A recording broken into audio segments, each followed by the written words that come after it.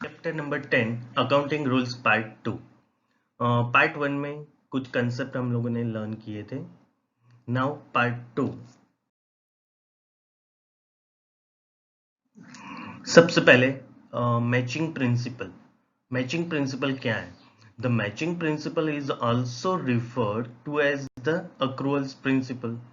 This is an extension of the realization principle to include other income and expenses. The revenue of the accounting period is matched against the cost of the same period.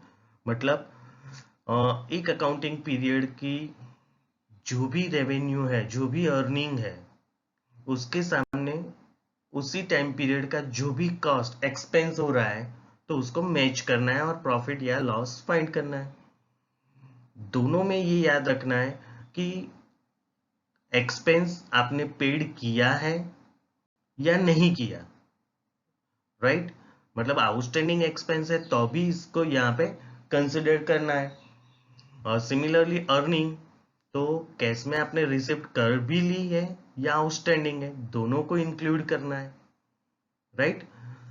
Next, the figures shown in an income statement must relate to the period of time covered by that statement, whether or not any money has changed in hands.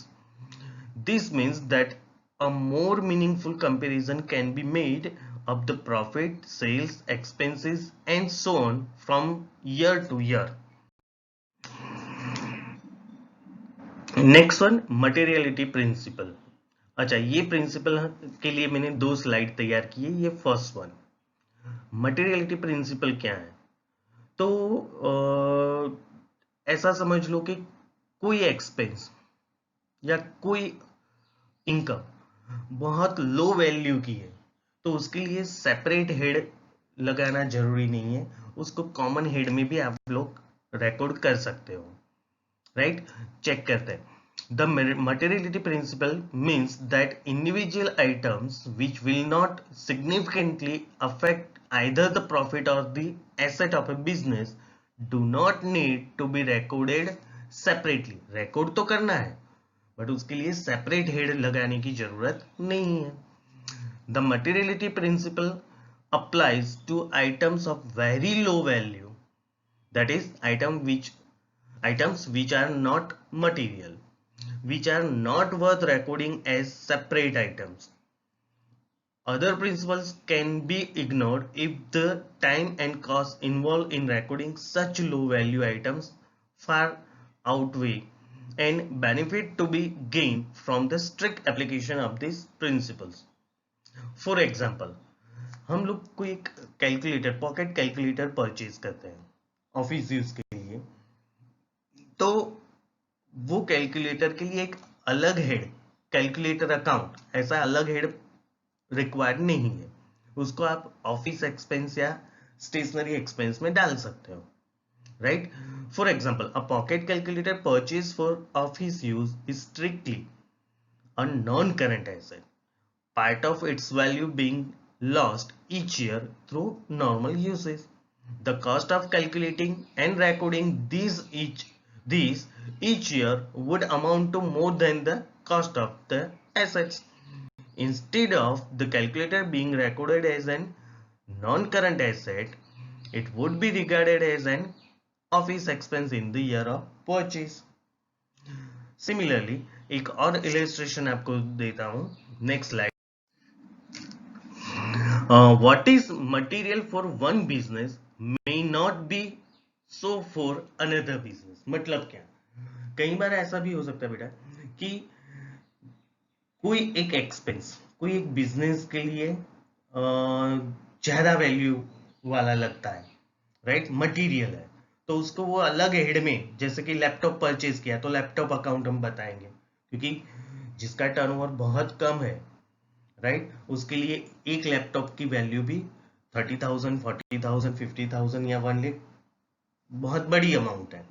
सो वो एक अलग laptop account डाल सकते हैं और non current asset समझ के उसको 2-3 साल में डेप्रिसिएशन के तौर में रिटर्न ऑफ करेंगे। जबकि वही चीज बहुत बड़ी कंपनी है जिसका टर्नओवर बहुत ज्यादा है, तो उनके लिए एक नहीं ऐसे 5-10 का लैपटॉप आपने परचेज किए, फिर भी ये बहुत नॉमिनल वैल्यू हो जाएगी, राइट। सो वो लोग इसको अलग एसेट, मतलब नॉन करंट एसेट के तौर पे नहीं बताएंगे, बट ऑफिस एक्सपेंस के तौर पे बता देंगे। चेक करते हैं। फिर से, what is material for one business may not be so for another business. A laptop computer may be regarded as immaterial for a large multinational business, but would be material for a small trader. A large business may decide that non-current assets costing less than $1,000 will be regarded as immaterial and be charged as expense. A small business may have a much lower figure.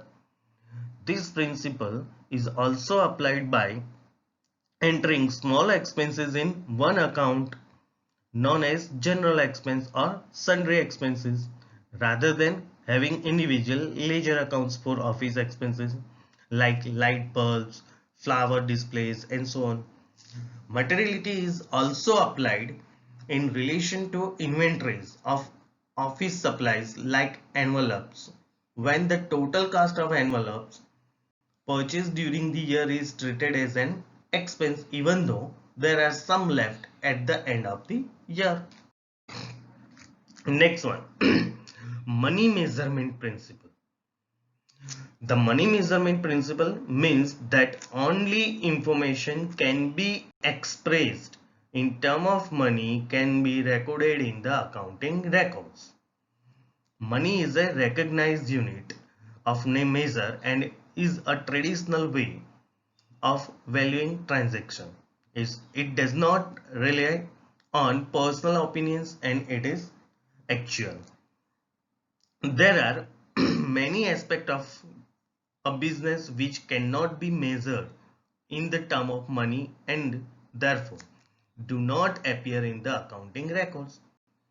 The moral of the workforce, the effectiveness of a good manager, the benefit of a staff training course, all play an important part in the success of the business, but they will not appear in the accounting records as their value cannot be expressed in monetary terms.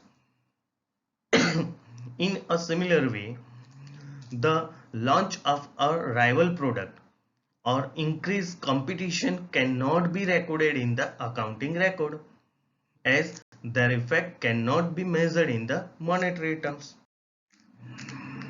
Next one, prudence principle, conservative principle. इसकी भी 2 slide मैंने तैयार की है। First one, the prudence principle means that profits and assets should not be overstate and losses and liabilities should not be understate. फिर से क्या है मीनिंग, प्रॉफिट या एसेट ओवरस्टेट मतलब ज्यादा नहीं बतानी है, और लॉसेस एंड लायबिलिटीज कम वैल्यू नहीं बतानी है। This principle ensures that the accounting records present a realistic picture of the position of the business. However, the exercise of prudence does not allow the deliberate understatement of assets or income, or the deliberate overstatement of liabilities or expenses. In short, prudence does not permit bias.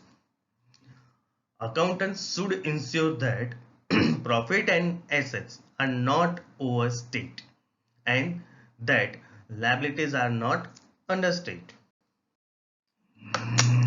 The phrase never anticipate a profit but provide for all possible losses is often used to describe the principle of prudence. Profits should only be recognized when it is reasonably certain that such a profit has been realized, and all possible losses should be provided for. Prudence is a very important principle. If a situation arises where applying another accounting principle would be contrary to the principle of prudence, then the principle of prudence is applied. For example, Under the realization principle, profit is earned when goods actually change hands. But if the customer fail to pay after a reasonable time, the principle of prudence may be applied and that the amount receivable from the debtors मतलब debt is written off. Realisation principle. अच्छा, realisation principle क्या है? तो profit आपको कब consider करना है? तो एक्चुअली जब आपको प्रॉफिट अर्न हुआ, राइट, याद रखना, तभी उसका रिकॉर्डिंग करना है. मतलब क्या? तो किसी भी पार्टी की पास से आपको कोई ऑर्डर मिला तो खुश नहीं हो जाना कि हमें प्रॉफिट मिल गया, क्योंकि ऑर्डर रिसीव्ड किया या ऑर्डर हमने किसी को दिया तब कोई ट्रांजैक्शन नहीं होता है. ट्रांजैक्शन डन कब होगा? तो जब गुड्स हम लोग बेचेंगे, मतलब गुड्स की हमारे पास से सेलर्स से बायर के पास जाएगा, आफ्टर दैट उसको कंसिडर करेंगे कि भाई चलो सेल हो चुका है, राइट, या सर्विस हमने प्रोवाइड कर दी. आफ्टर दैट आप सोच सकते हो कि उसमें प्रॉफिट मिल गया, भले वो कैश ट्रांजैक्शन है या क्रेडिट, राइट. चेक करते हैं. The realisation principle emphasizes the importance of not recording a profit until it has actually been earned. This means that revenue is only regarded as being earned when the legal title to goods or services passes from the seller to the buyer, who has then an obligation to pay for those goods. When an order is placed by a customer, no goods change hands and no profit is earned. Profit is regarded as being realized when the goods actually change hands. This is the same even if the goods are sold on credit and the customer does not pay for them immediately. Clear? Thank you, students.